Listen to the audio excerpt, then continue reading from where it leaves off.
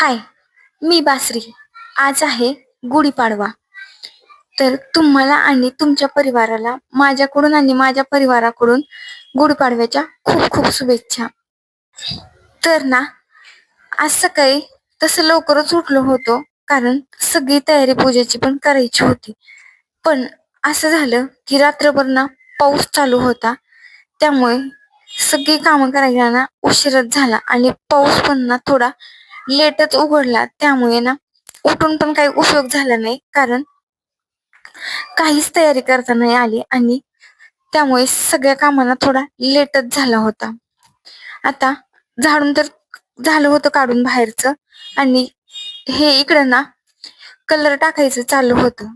कारण मी गेल्या वेळेस कलर टाकला होता होळीच्या टायमिंगला, पण ना तो कलर पटकन काही निघत नाही. त्यामुळे म्हणलं की सगळ्या हातांना ते लागलं ना तर ते हात 8 दिवस तरी तसेच राहतात. म्हणून म्हणलं हे काम ना तुम्हीच करून घ्या, आणि त्यांच्याकडेच ते काम करायला दिलं होतं. ते झाल्यानंतर ना पूजा पटकन करायची होती. त्यामुळे ना इकडं मी डायरेक्ट पाणी काढून घ्यायला चालू केली होती. म्हणलं हे पटकन सुकलं तर बाकीची कामं पण होतील, आणि त्याची जर पाय तशीच घरामध्ये आले ना तर ते फरशीवरचा काही कलर पण नाही जाणार. त्यामुळे ना माझे म्हणजे मी बाहेरचं पण पाणी काढून घेतलं. त्यानंतर फ्रेश झाली आणि इकडे ना उंबरठा पूजन करायला घेतलं होतं, आणि नंतर रांगोळी काढायला सुरुवात केलेली. आता रांगोळी असल्याशिवाय ना कुठल्याच सणाला शोभा येत नाहीये. त्यामुळे ना अंगणामध्ये अगोदर रांगोळी असली ना तरच प्रसन्नही वाटतं, आणि काहीतरी सण आहे असं असल्यासारखं पण वाटतं. त्यामुळे बाकीचे काम बाजूला ठेवले आणि अगोदर ना रांगोळी काढून घेतली. रांगोळी झाल्यानंतर इकडं ना गुढीसाठी ना मला छोटासा हार करायचा होता. त्यामुळे छोटा असा हार बनवला, आणि ते झाल्यानंतर ना म्हणजे गुढीला साडी ती नेसवायची होती. तेच आमचं इकडं चालू होतं.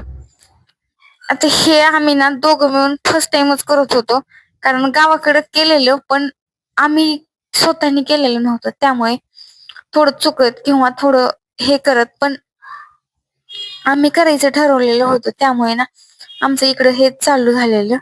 आणि देवाला नैवेद्य ना गुढीला ठेवायचा तो तर तसाच बाकी होता.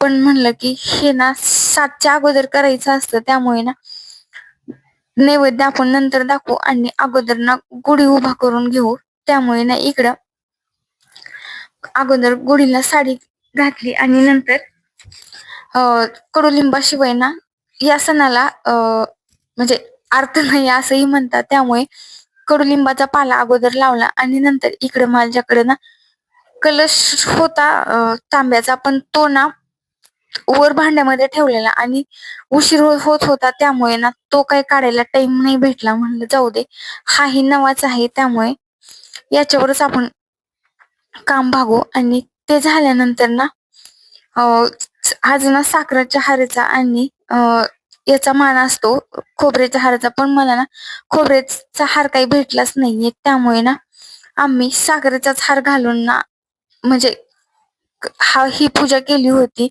पण मनात कुठेतरी खंत होती की हा भेटला असताना तरी आणखीनच छान वाटलं असतं. पण काय करणार, सगळीकडे शोधला पण आम्हाला ना तो हार काही भेटला नाही, आणि साखरेचा भेटला होता. त्यामुळे ना तोच आम्ही घेतला आणि तोच पूजेला पण घातलेला होता.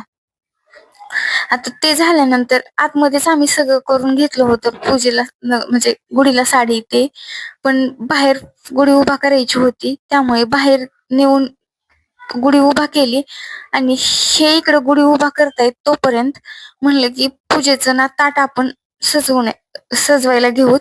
आणि इकडे ना मी पूजेचंच ताट हे करत होती. तोपर्यंत त्यांचं तिकडं पूजा म्हणजे गुढी उभा करायचं काम चालू होतं. त्यांना म्हणलं तुम्ही गुढी उभा करा, तोपर्यंत मी तुम्हाला ताट आणून देते.